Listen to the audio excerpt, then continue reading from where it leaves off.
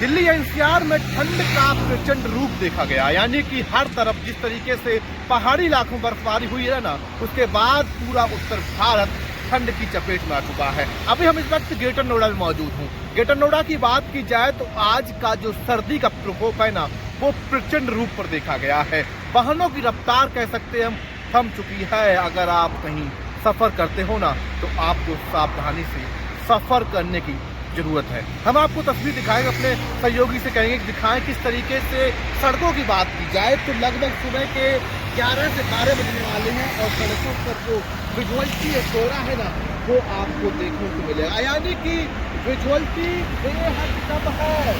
सड़क पर अगर आप वाहन चलाते हैं तो आपको सावधान रहकर वाहन चलाने का सकता है। देख सकते हैं किस तरीके से जो अभी भी जो वाहन चालक है वो अपने वाहनों की जो लाइट है वो जलाकर चल रहे हैं दोस्तों, क्योंकि एनसीआर समेत पूरा उत्तर भारत ठंड की चपेट में है। जगह जगह पर सरकारी छुट्टी है वो स्कूलों घोषित की गई है, क्योंकि 2025 जो है ना, वो जनवरी का माह है और सर्द भरा कह सकते हैं। हम यहाँ पर देख सकते हैं किस तरीके से यहाँ पर जो लोग हैं वो कहों में कैद हो चुके हैं, बेवजह सड़कों पर घूमते हुए नजर नहीं आ रहे हैं। तो एक कह सकते हैं सर्दी का जो प्रकोप है वो एनसीआर में देखा गया है।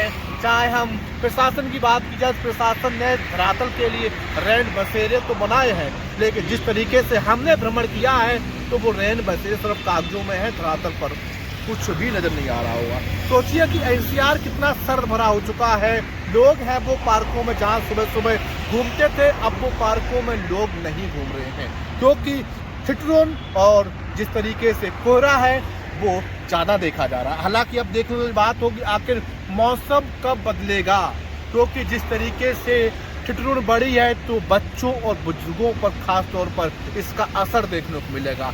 ऐसे में आप लोग भी सावधान रहें, बेहद जरूरी काम है तभी आप घरों से निकलें, क्योंकि इस सर्द भरी जिंदगी में खास तौर से इंसान ही नहीं है, जानवर पक्षियों पर भी इसका साफ तौर से असर देखने को मिला है। हम कह सकते हैं कि सर्दी सिर्फ इंसानों को ही नहीं, जानवरों को भी लगती है। तो अगर आपके आसपास कोई जानवर है जो कि सर्दी से परेशान है या पक्षी है, तो उसका सहयोग करें, क्योंकि अक्सर देखते हैं कि इंसान तो अपनी देख रेख कर लेता है, लेकिन जानवरों का कौन है, पक्षियों का कौन है, तो उस चीज को भी समझे जरूर, क्योंकि जानवर की सुरक्षा आम आदमी की जिम्मेदारी होती है। हालांकि सरकार लाख कदम उठाता है, लेकिन धरातल पर वो सुविधा नहीं पहुंचती है। तो ऐसे में सर्दी है वो प्रचंड रूप ले चुकी दिल्ली एनसीआर में। अगर आप दिल्ली एनसीआर में रह रहे हो या पूरे भारत में कहीं भी रह रहे हो, तो खास तौर से अपने परिवार का ध्यान रखें, लेकिन आसपास के जो जानवर हैं, पशु हैं, उनको भी इस सर्दी के भीषण में जरूर ध्यान रखें।